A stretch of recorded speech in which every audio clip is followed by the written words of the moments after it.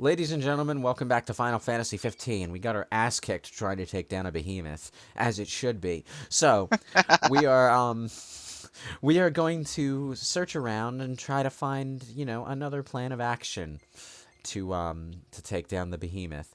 But before that, it's nighttime, so let's go to camp and look You all lost your ruins. battle with the behemoth. Ba ba ba ba ba ba ba ba ba. Oh, the little notification your buddy gave you is like, I know a place that Behemoth won't dare to follow. Is he aware of the the force field your tent area gives you?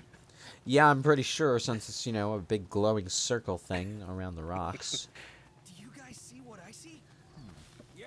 In fact, I'm pretty sure that these campsite stone things were deliberately constructed so that travelers had safe havens from the monsters.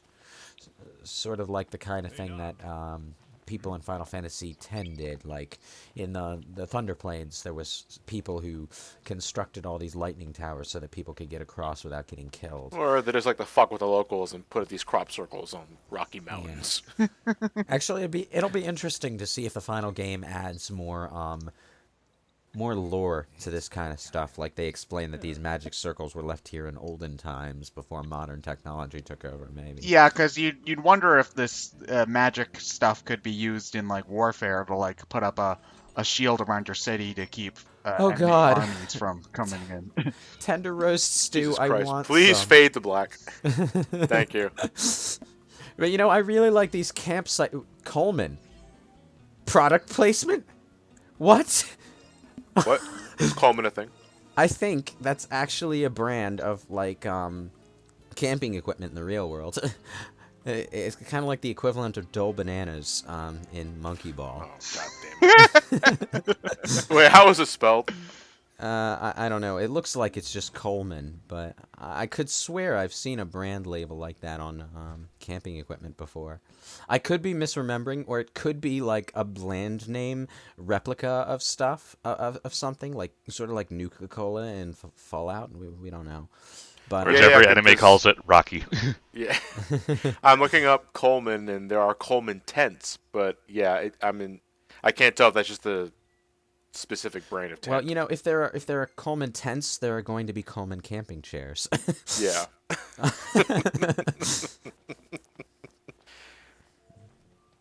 I like how the magic circle in the campgrounds glows blue at night, but it's just carvings in the rock during the day. That's kind of a nice detail. They're glow in the dark. Ooh, I never got those like glow in the dark toys or stars that you stick on your wall when you were a kid to work, right? They wouldn't glow.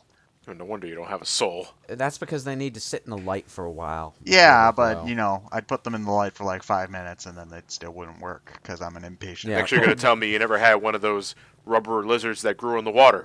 Let me rephrase. They need to sit in the light for several hours. They're 8-year-old solar me charged. doesn't have that kind of attention span. You're supposed to leave it out during the day and then enjoy it at night. Kind of like that Persona 3 shirt that I got from one of you guys at one of the conventions. It was me, and it was 3 times too big for you. So Yeah. I hope it was a good blanket.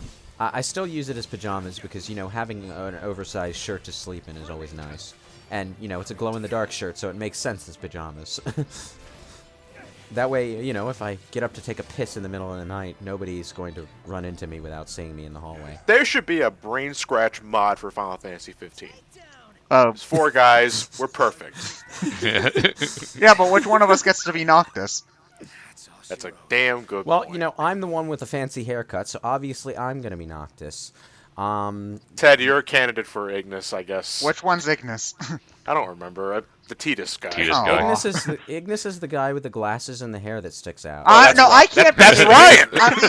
I'm the only one here who doesn't wear glasses.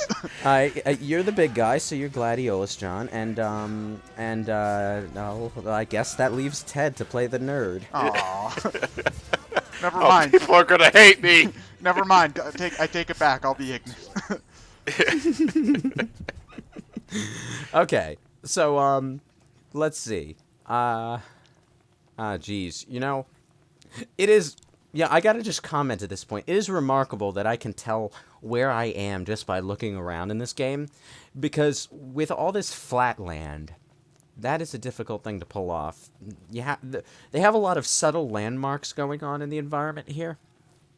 That it's easy to get lost if you're not paying attention, but if you are paying attention, you should be able to find your way easily enough. I think it's because for that reason they didn't think a mini-map was too important. I agree, it's something that should be there anyway. At least something just you in can case. toggle, like toggle Yeah. on and off. Well, it's just that, even in games with mini-maps, or, hell, games with relatively smaller open environments, like Dragon Age Origins, for example, a lot of open-world game designers, they feel the need to make sure that you're not just going around an open space, but you're also going up, down, and all around in the process. Take Final Fantasy XIV, for example. You've probably noticed, but there's a lot of vertical motion in that game. Like going uphill, downhill, jumping down cliffs. Xenoblade Chronicles is the same way. There are upper levels, there are lower levels, there's hills, there's mountains, there's all kinds of stuff. Very rarely are you just in a massive open grassland. But that kind of stuff is more trying to make the environment more interesting than it would realistically be. Whereas God, jorts. Oh, Get away! that kind of stuff is just not as common in the real world. Like, you have your mountainous areas, yeah, but you don't have environments that are that deliberately convoluted. you don't have you a see bunch of like up and downs right in a row. If you're walking up a mountain, you're going to be going up for just as much time as you were going straight in a plane. Yeah, it's like you'll have those complicated landscape areas, but they're very random. They're very unique. Whereas it's the norm in a game like Final Fantasy XIV, or even in a game like Skyrim. Because, and this was a bit of a thing in Oblivion, but people don't want to just be running down the same landscape over and over.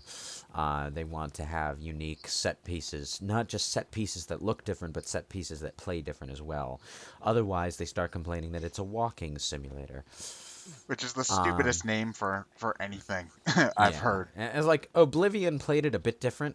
Like they instead of making the environments really complex, they just added a lot of stuff that you could find in the environments. A lot of hidden dungeons, a lot of little side areas like campsites where bandits would have slept, or stuff like that. But in Skyrim, in Xenoblade Chronicles, a lot of the environment diversity is in the area being very complicated geographically. So I feel it should be asked, can you get hit by oncoming traffic when crossing the road? I don't think there is oncoming traffic in this demo. I've seen... There are cars. It's just a Yeah. very rare thing. It's sort of like this is that Utah desert road that no one ever drives down. Can you You know? hitchhike? Why can't we just hitchhike? Well, we need Well, our car. We're too proud to hitchhike. Well, if someone pulled you over the side of the road holding out their thumb and they said, "Take us that way, we're going to take out the earthquake-making god now," would you pick them up? How much We're are here they to going to fight pay me? Zeus. And that is actually what their goal is right now, is to go find Titan. And I don't know if they're entreating it for help or taking it down or what, but yeah.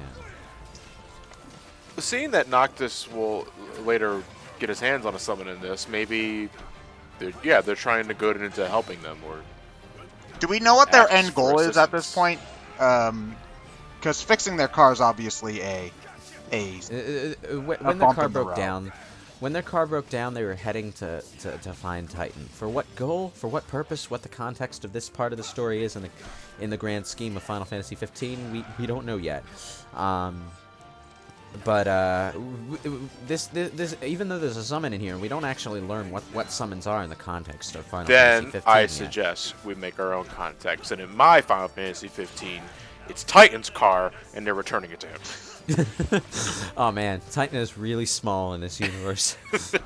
No, he's really big, but he likes, It's a Hot Wheels for him. it's a Hot Wheels. Yeah, there you Yeah. go. Speaking of Titan, I just found out today a bit of trivia about Final Fantasy XIV's original version. There was actually an entirely planned out storyline for Titan, including a much more sympathetic version of the Titan Primal than the one we get in A Realm Reborn, but it was never released because of the earthquakes in Japan that happened around that time. And I guess they figured it would have been in poor taste to release that as it was at that time. So we didn't get Titan until Final Fantasy XIV: A Realm Reborn, at which point he was just sort of an angry mountain god. So it's a pity though, because the original plotline that they had, the cutscenes for Final Fantasy XIV that they had in the original version, you can watch them on YouTube now. They're much more interesting than what we got, not just in terms of animation and whatnot, but in terms of what happens. Like, Titan looks down and he sees all these dead kobolds and whatnot, and he lets out this sorrowful roar and dissolves into ether to revive them, which is not something the Titan that we get in the final game would actually do. So yeah. Also, be prepared for this for a very annoying cave sequence, because you know how in most games when you go through a cave, it would be like a structured maze of caverns that you could sort of figure out. Nope. No, this is actually a cave, like the kind of cave you'd go in. And I know this from experience because I was with the Boy Scouts, and at one point we went hiking in the mountains and we explored a cave. It's just kind of a hole, and it goes into the mountain a bit until it stops. That's pretty what a much. cave is. Pretty much, but also, like, the way you navigate it is very convoluted. Like, it feels like a natural structure. Like, to progress, you have to find this very hard-to-find crevice in the wall and edge your way through it. And you can wander around down these very short random passages, going in circles for a while before you spot this thing. And as you do, your party members will rag on you for getting lost. It's intentional. They have unique dialogue for that. One of the things I really like about Final Fantasy XV, just based on the demo, by the way, is all the context-sensitive dialogue. You know that talk we had in another video about Xenoblade Chronicles being really chatty, but also repetitive in the sense that everyone was saying the same things over and over? Now it's drawing time. Now it's Is that- flying is time. that- Now, I'm really but we mustn't get careless. Are we talking about Xenoblade or Sonic Boom? Well, no, Both. here's the Sonic Boom did both, is the thing. Sonic Boom had a lot of context-sensitive dialogue that was unique and also very funny, but it also had a lot of bounce pad shit. When it comes to Xenoblade, unless if you were in a structured cutscene, they would always say canned phrases over and over and over again. Yeah. Yeah. Here, as far as I can tell, there's very little canned dialogue. Well, there's canned dialogue that happens at the end of battles a lot, but it's usually very short phrases, like celebratory phrases, and not full blown conversations like in Xenoblade. So it doesn't feel as repetitive because it's just one line, and you're not hearing it as frequently as, you know, now it's rhyme time. Which, to be fair, I love that line. It's so deliciously quotable, but I at don't know. the same time- I took Ryan out of my party really quick because I hated his dialogue. Hey, Charla, did you see that? Did you see what I did? No, I wasn't really looking. It was always Shulk, Charla, and someone else in my party. What a bunch of jokers. Block and muted. But yeah, and Xenoblade Chronicles X unfortunately has the same problem, just with less cheesy lines.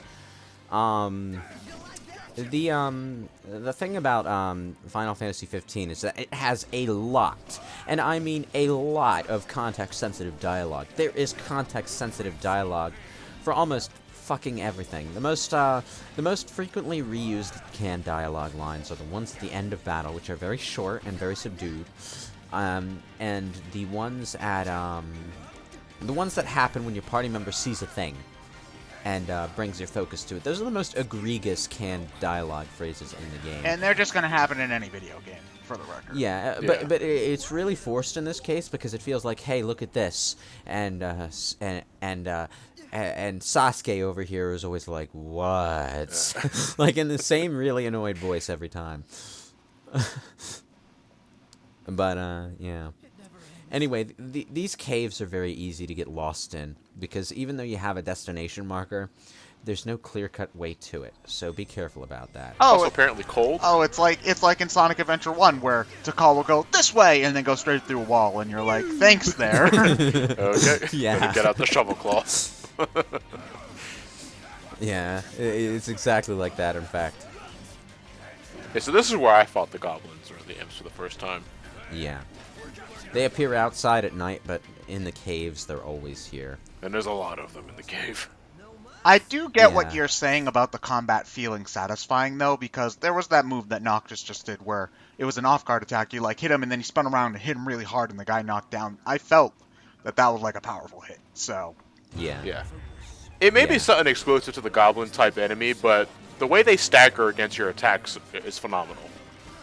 Yeah, well, they're obviously a weak enemy because, you know, they're Yeah. goblins. Well, enemies, because this is such an action-focused game and not like a real-time turn-based RPG like Final Fantasy XIV or, say, to use a more purist example, Final Fantasy, Baldur's Gate, that kind of thing, that kind of Western RPG style, where everything is still technically based on turns, they just happen in real time, if that makes sense. This is purely action-based, and that means everything has its own physics, instead of just taking damage in the form of a number. So it makes for a very satisfying...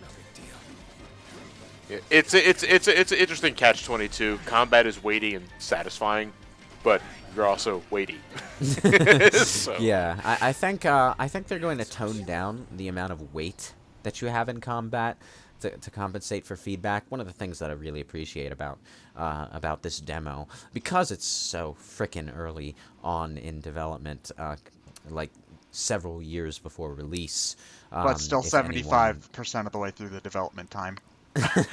Yeah, several years before release, they're taking feedback about the gameplay into account and making changes to the final product based on that, which is something that you don't often see in AAA games, because most of the time when a AAA game releases a demo, it's a demo. Well, these days anyway, it's a demo that's of the completed game, you know, and usually released either after the completed game or very close to it. Whereas this was a pre-release demo that they, because the development process was so long, they released this demo to say, yeah, here, we've got something.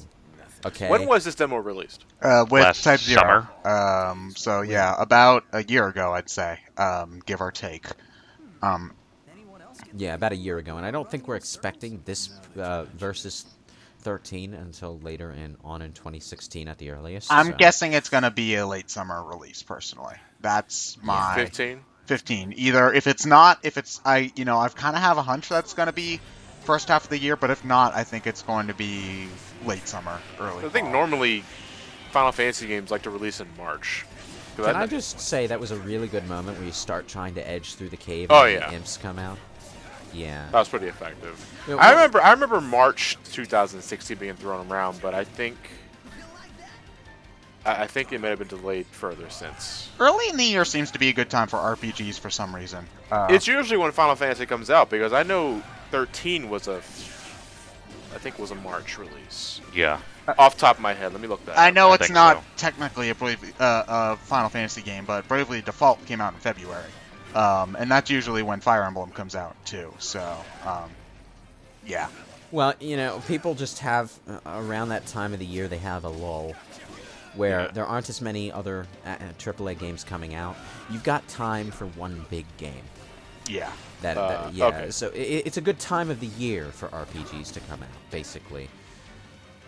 And, you know, games like Fallout and Xenoblade X come out around the holidays because it's the holidays, but a lot of the time, even if someone buys the game during the holidays, unless it's a game they're super psyched for, they're probably going to save that kind of long game until, you know, that point in the year when other games aren't coming out. Well, that's assuming they have the time to play it non-stop, because a lot of, like, you know, if you're the kind of person who can only play, like, maybe an hour a day after work or school, or maybe even less, an RPG can last you potentially weeks or months, because I remember the first Paper Mario was a game that took me 8 months to beat. And I can Yeah. beat that game in less than 20 hours now. So it's just one of those things. So Yeah. The other thing, though, is that the holiday season for a lot of people is a work rush time. oh Where yeah, you for have sure. less time to enjoy those games. Yeah. Because you're So- either spending time with family, buying presents, trying to get that last kind of deadline done, school projects or whatever. Or you're working retail, Uh, which is an adventure in itself. Yeah, I Now- would definitely say early in the year, summertime is when you have the most time to kill Yeah. with the new game.